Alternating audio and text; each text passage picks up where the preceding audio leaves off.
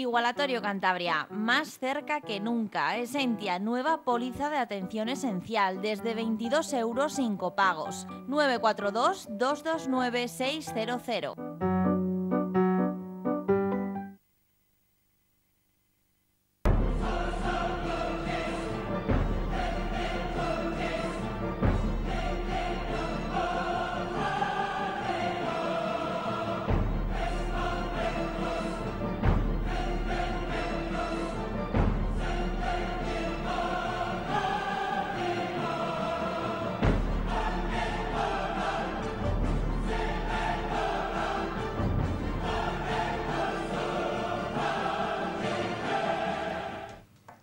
Un saludo, bienvenidos a una edición más de Pulso Empresarial en su televisión regional, en Popular Televisión. Vamos a iniciar este programa en el que tenemos nuevos invitados que se suman al elenco de colaboradores de esta casa. En primer lugar vamos a saludar a don Carlos Pajares, que es director gerente del Centro Hospitalario Padre Meni, que a partir de este programa pues va a venir aquí cada 15 días, va a estar con nosotros para compartir con don Aurelio y conmigo diferentes temas de la actualidad económica. Un saludo, don Carlos, y bienvenido. Bien hallado, muchas gracias. Gracias por estar. Además, tiene experiencia en muchas otras tertulias radiofónicas. En algunas importantes.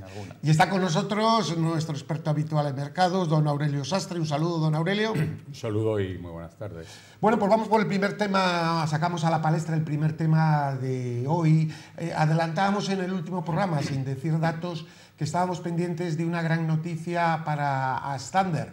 Pues ayer se formalizó la firma de la dirección de Astander con un armador importante, casa armadora holandesa, de la construcción de una de las dragas más grandes del mundo en nuestro astillero. Se trata de la Box Amalia, que había comenzado a construirse en la naval de Bilbao, pero que debido al cierre de este astillero pues ha quedado al muy poquito tiempo de su construcción.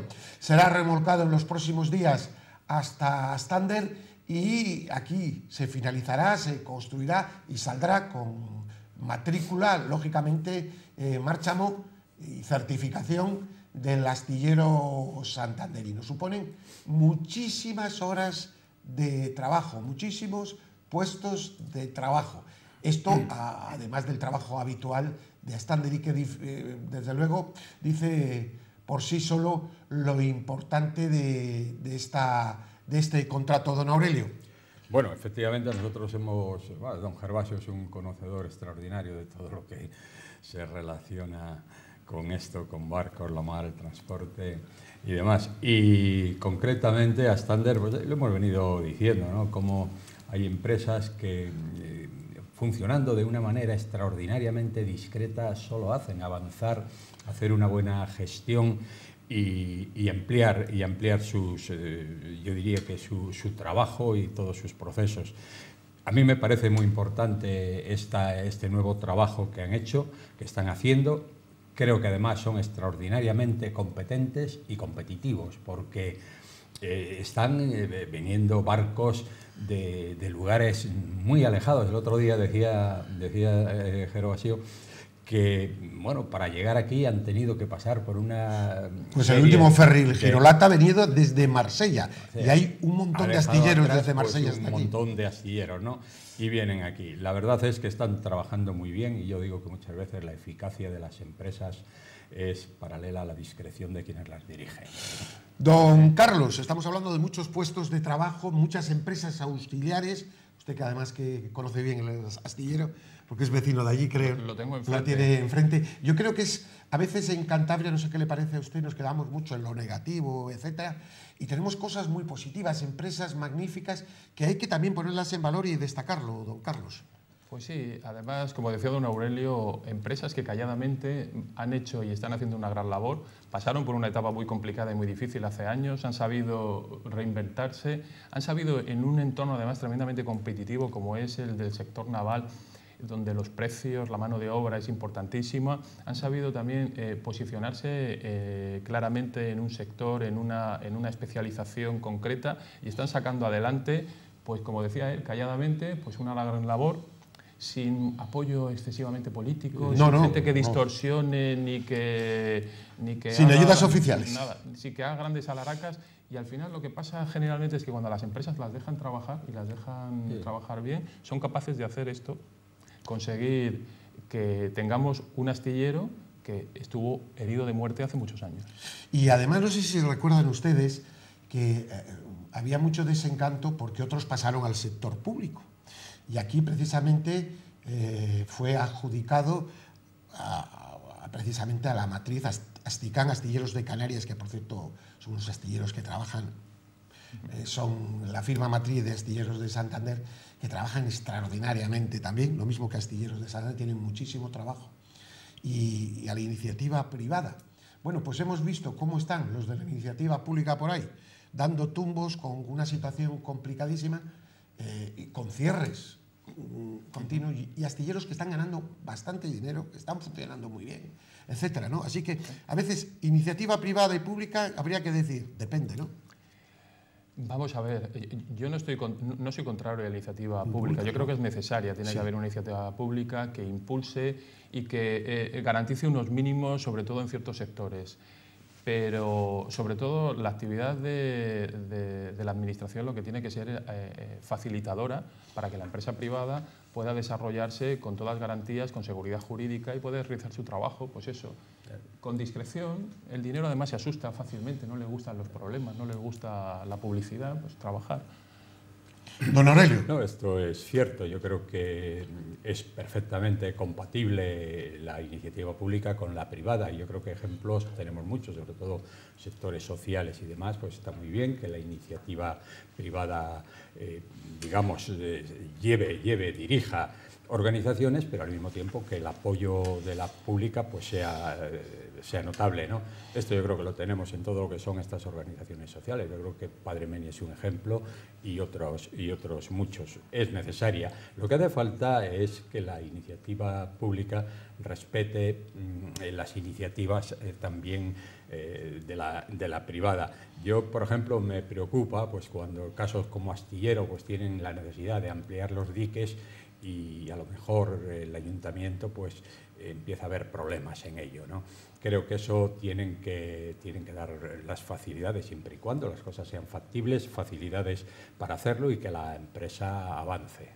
Bueno, ha sido aprobado hoy, dejamos este tema gozoso, importante y que en primicia, sí, porque tenemos a veces otras primicias que las tenemos que guardar, como teníamos la primicia del Ferriacor. Tengo aquí un testigo que se llama don Aurelio Sastre, que lo sabíamos 2 meses antes, más o menos, ¿no? Que estaban estas gestiones, pero que por evitar que hubiera filtraciones y que se pudiera todo caer, pues tuvimos esa responsabilidad y no nos importa. Nosotros anteponemos siempre los intereses de la sociedad, en este caso de Cantabria, a otros intereses informativos. Bueno, pues hoy el Consejo de Ministros ha aprobado un decreto que va a permitir rescatar los planes de pensiones que ya tengan 10 años. Esto va a afectar a 8 millones de personas. A mí, cuando lo escuchaba ayer, me dio una alegría, un gozo, los que tenemos un pequeño plan de pensiones, de verdad que me insufló ánimos, aunque luego cuando he estado haciendo números de lo que hay que pagar a Hacienda, pues a uno también le da escalofrío, porque como decían esta mañana en algunas tertulias radiofónicas, está muy bien la iniciativa. Esto va a suponer mucho dinero en el mercado, porque muchos se van no digo a gastar, sino que personas que tienen créditos y sin embargo tienen un plan de pensiones y van a tapar el crédito y van a quedar muy tranquilos y van a hacer que otras personas pues hasta lo puedan gastar en vacaciones, ¿por qué no? O en ahorro. Yo creo que es una buena noticia, que llega tarde, porque en Estados Unidos ya estaba esa media y en otros países en este tiempo, pero que yo creo va a insuflar en el mercado mucho dinero. Esa sensación me da a mí, don Carlos. Pues todo lo que sea liberalizar, lo que comentábamos antes, dejar que el dinero fluya, pues, quien mejor sabe gastar su dinero es el propio interesado. Sí. Después de haber hecho un esfuerzo de ir depositando en el fondo, que lo tengas allí cautivo sin poder disponer de él. O sea, al final es que tenemos la sensación de que hay otros por encima, que generalmente suele ser la administración, que parece que sabe gastar mejor nuestro dinero que nosotros mismos. Cualquier iniciativa que vaya a liberalizar, dejar que el dinero fluya con libertad y que seamos nosotros mismos los que podamos gastarlo, eso es estupendo, genera economía y genera riqueza. No, es cierto, parece que Carlos ha visto nuestros programas sí, más de una vez. O piensa como nosotros. O ambas cosas. Ambas cosas, ¿no? Sí, siempre hemos dicho que el dinero en la mano de la gente, del ciudadano, es donde verdaderamente adquiere valor porque se gasta. Todo lo que sean intervencionismos en esa dirección no son buenos. Yo creo que el rescate ahora de los fondos de pensiones a 10 años es muy interesante. Además, hemos visto que afecta a un número altísimo de personas. 8 millones, 8 millones de personas, porque hay mucho fondo privado, pero también hay todos los empleados públicos tienen estos fondos institucionales y demás, y hay mucho dinero en ahí, de manera que está muy bien. En estas cosas, cuando hacen estas declaraciones, suele haber una de cal y otra de arena. Nos dicen, para venderle también la recaudación. Estaba mirando yo antes en expansión, no sé, el 17, el 18, por ahí, puede venir, ¿no? Sí, porque es una de las motivaciones que generalmente los gobiernos tienen. De, hombre, vamos a liberalizar esto no, las dos cosas. La primera idea es hay que recaudar más, que tenemos por ahí. Pues hay por ahí unos cuantos 8 millones de fondos de pensiones que a lo mejor nos aportan algo, ¿no? Está eso. Y luego otra cosa que sí es preocupante es que ya desde la presidencia del gobierno se empieza a decir que el español tiene que ahorrar porque a lo mejor sus pensiones corren peligro, ¿no? Por abrimos un debate sobre eso ahora mismo. De cal y de arena.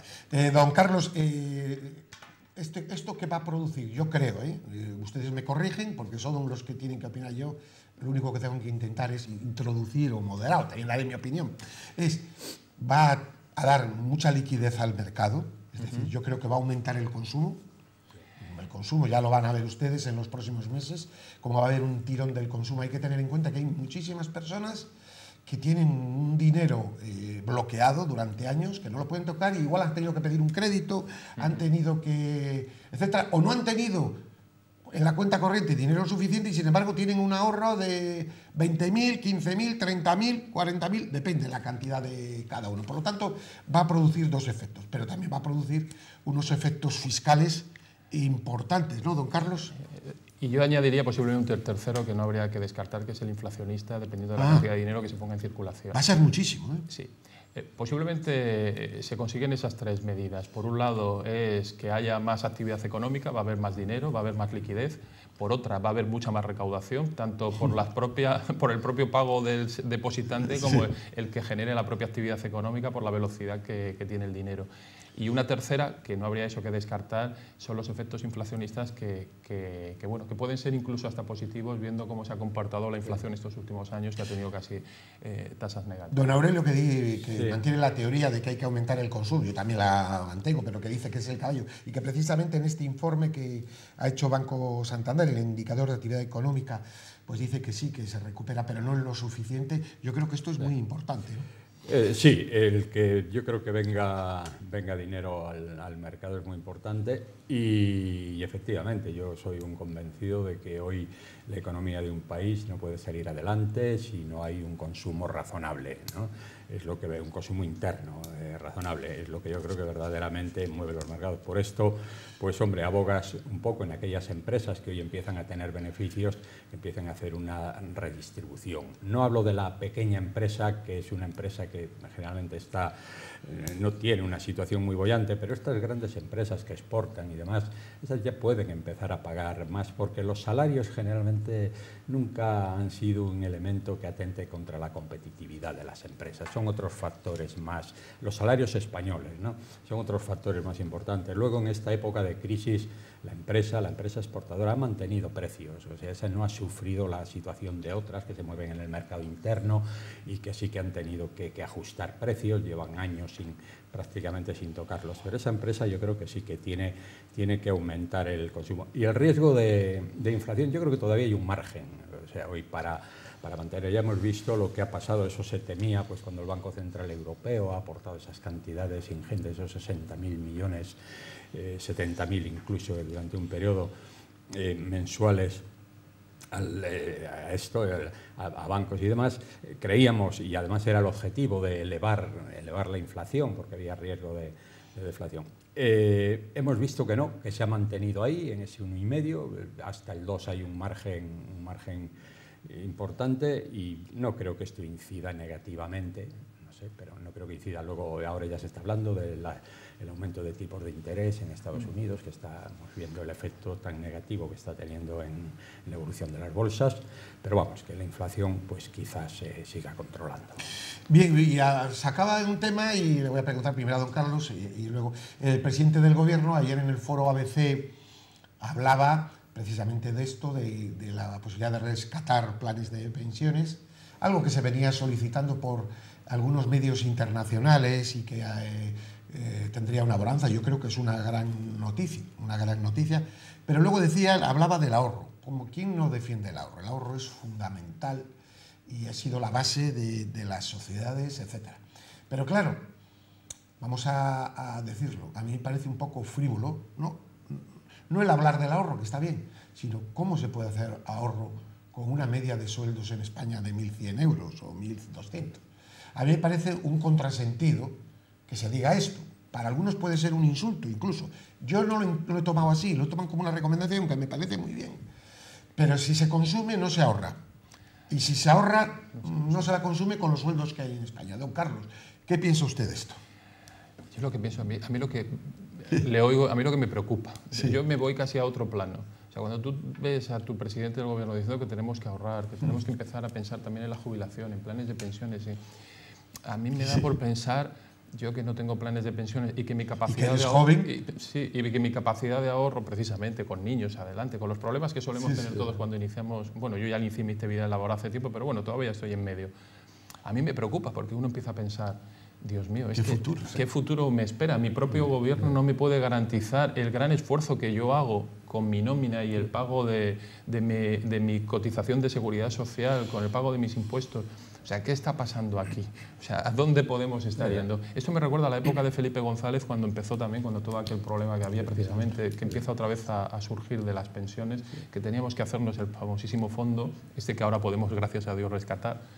Y a mí, sobre todo, es eso, preocupación, porque me da la sensación de que el que nos está gobernando o nos están gobernando no tienen todavía muy claro hacia dónde vamos y cuáles son los problemas que nos podemos encontrar de futuro. O no nos dicen la verdad, como es lo habitual en la vida política española, no del PP, sino de todos los partidos que mienten más que hablan. Y ese es un gravísimo problema que tenemos en la sociedad española. Es decir, aquí no dice la verdad nadie, ni al médico don Aurelio.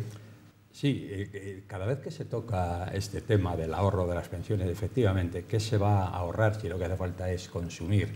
Y los salarios tienen un nivel que no permite, es exactamente al revés, como decía don Carlos, ¿no? Y acabar el mes a muchas familias le cuesta mucho. ¿Cómo van a ahorrar? Además, en un momento donde el ahorro no tiene prácticamente ninguna efectividad. No hay remuneración. Los bancos no quieren dinero, les sobra dinero por otras vías, de manera que no quieren ningún dinero. El ahorro está muy bien pues para la inversión, en fin, pero en este momento no tiene sentido. Aparte de que yo creo que al español no hace falta decirle que ahorre, porque ha estado en la cultura de los españoles prácticamente siempre tener, pues en fin, ahorrar si ello les era posible. Y luego la cuestión de las pensiones, es que a mí me resulta indignante, porque es algo que es absolutamente incuestionable. Es un derecho que se han ganado los trabajadores a lo largo de 40 años de cotización. Es algo que está ahí, son los que han traído a la España de hoy hasta aquí. Y se está cuestionando su viabilidad. Entonces yo eso no lo puedo admitir, y lo cuestionan personas que llevan 2 días trabajando, que son políticos, están cuestionando las pensiones. Yo digo que las pensiones no hay que cuestionarlas, las pensiones tienen que estar garantizadas total y absolutamente por los presupuestos del Estado.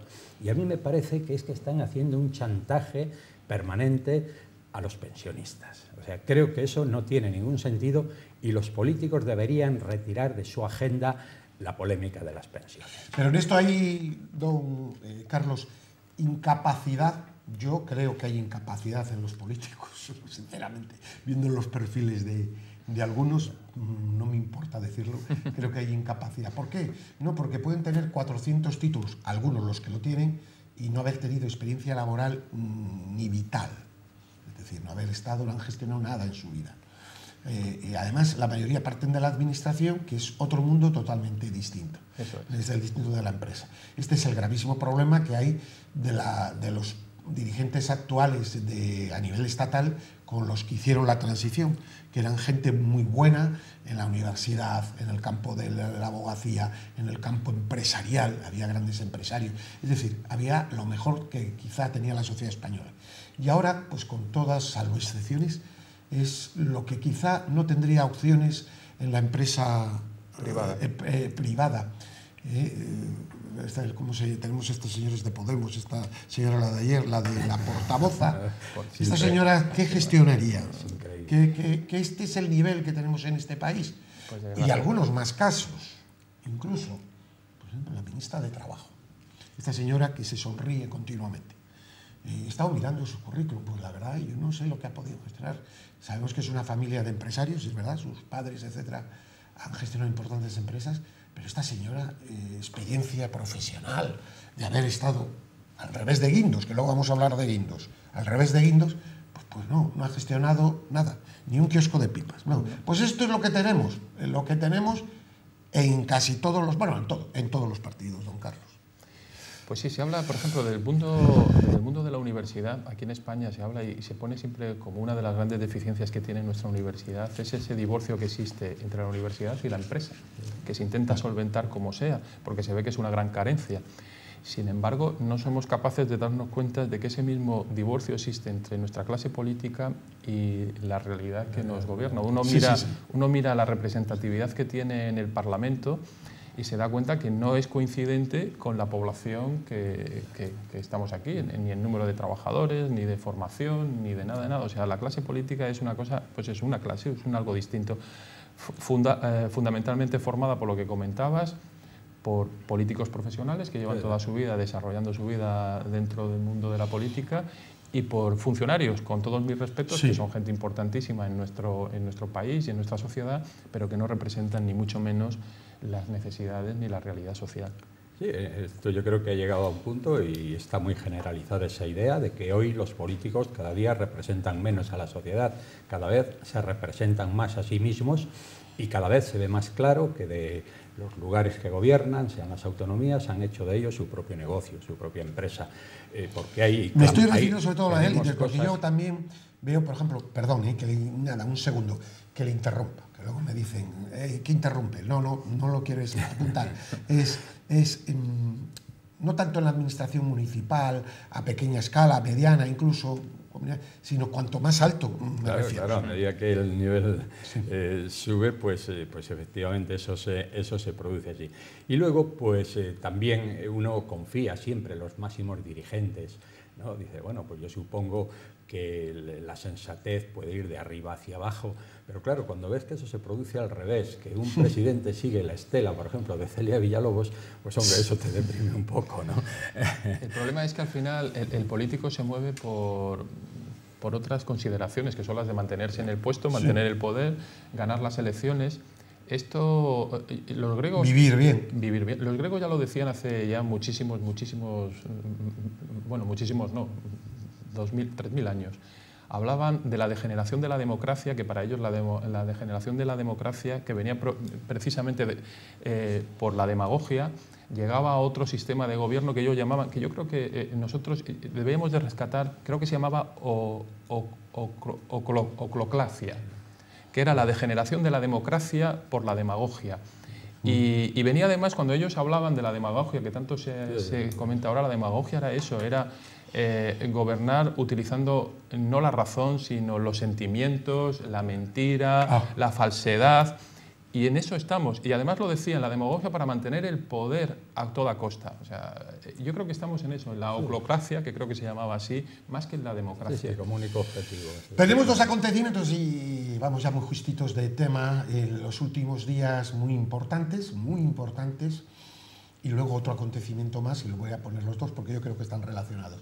Se ha formado la coalición cristiano-demócratas, socialdemócratas, después de muchísimas discusiones, lo que es un descanso para Alemania y sobre todo para Europa, y es todo un ejemplo para países como España, que es verdad que no van a hacer ni caso porque los dos señores están en lo mismo. Y fíjense ustedes también cómo estaban las cosas de difíciles teniendo al señor Trump como presidente, pero se va a aprobar los presupuestos norteamericanos.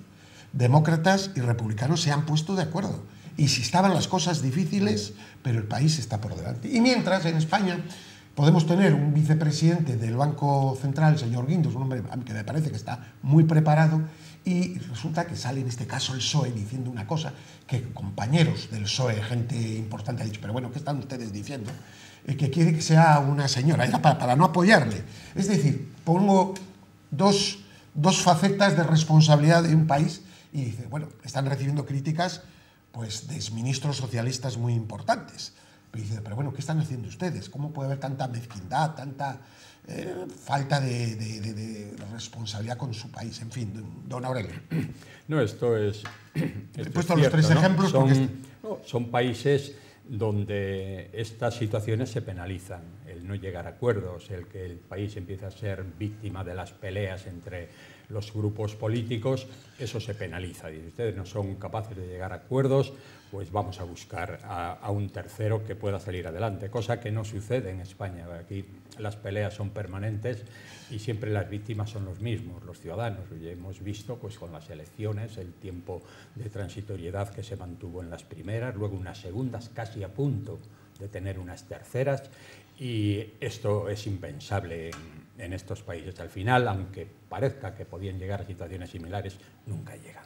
Siempre llegan a acuerdos y hoy lo decía Merkel, he tenido que hacer concesiones para ella dolorosas, pero las han hecho y el país seguirá adelante y seguirá siendo pues, el país de Europa económicamente más fuerte, ¿no? Y más difícil lo de Estados Unidos. Y lo de Estados Unidos, pues fíjese, la situación ahora con Trump, en fin, las peleas internas que tienen, pero esto está por encima de todas esas pequeñas cosas. El país, que el país siga siendo adelante, que siga siendo la economía pues, número 1 del mundo, esto es una realidad y trabajan por ello, o sea que y los ciudadanos es que además lo exigen. Don Carlos. Comentabas antes, nosotros tuvimos una época en la que existían un grupo de políticos con bastante más sustancia que las que tenemos ahora, políticos que todavía, aunque no están en la primera fila, independientemente de qué partido, ahora hablabas del Partido Socialista, sí, eran mucho más sensatos. Nuestro país tenía mucha más representatividad a nivel europeo, a nivel mundial. Se veía que existía esa calidad que no supimos, yo creo, en aquel momento, no supimos valorar y apreciar, y que ahora yo he hecho muy en falta, muy en falta, y que ahora, ante la comparación de los políticos que tenemos, pues resurgen con muchísima fuerza. No es por cualquier motivo por el que Estados Unidos es la primera potencia, porque Alemania está entre las primeras y porque hay países que siguen avanzando, siguen creciendo y siguen liderando el mundo, y otros que estamos ahí, no voy a decir que en la cola, pero no terminamos de despuntar, porque no existe ni generosidad, ni idea de sacrificio, ni idea de Estado, ni idea de conseguir objetivos a nivel global. Sí, ni respeto al pueblo, efectivamente. Pues la verdad que ha sido, yo creo, muy interesante el programa de hoy. ¿Se ha sentido usted a gusto, don Carlos? Muy a gusto, pero ya sabía que lo iba a estar, ¿eh? Bueno, pues ya sabe que está emplazado en 15 días aquí en nuestros estudios. Y don Aurelio Sastre, muchísimas gracias. Gracias a ustedes, y bueno, felicito a Carlos por venir aquí, y también por su labor, que la he seguido siempre muy de cerca en Padre Medio. Aunque nosotros somos jóvenes, usted y yo somos jóvenes, Carlos también es joven. Sí, no tanto. Bueno, no sé si tanto como nosotros. Bueno, no sé. Bueno, pues don Carlos, también muchísimas gracias. Y a ustedes, los que les digo todas las semanas, que tengan ustedes una feliz semana. Paz y bien.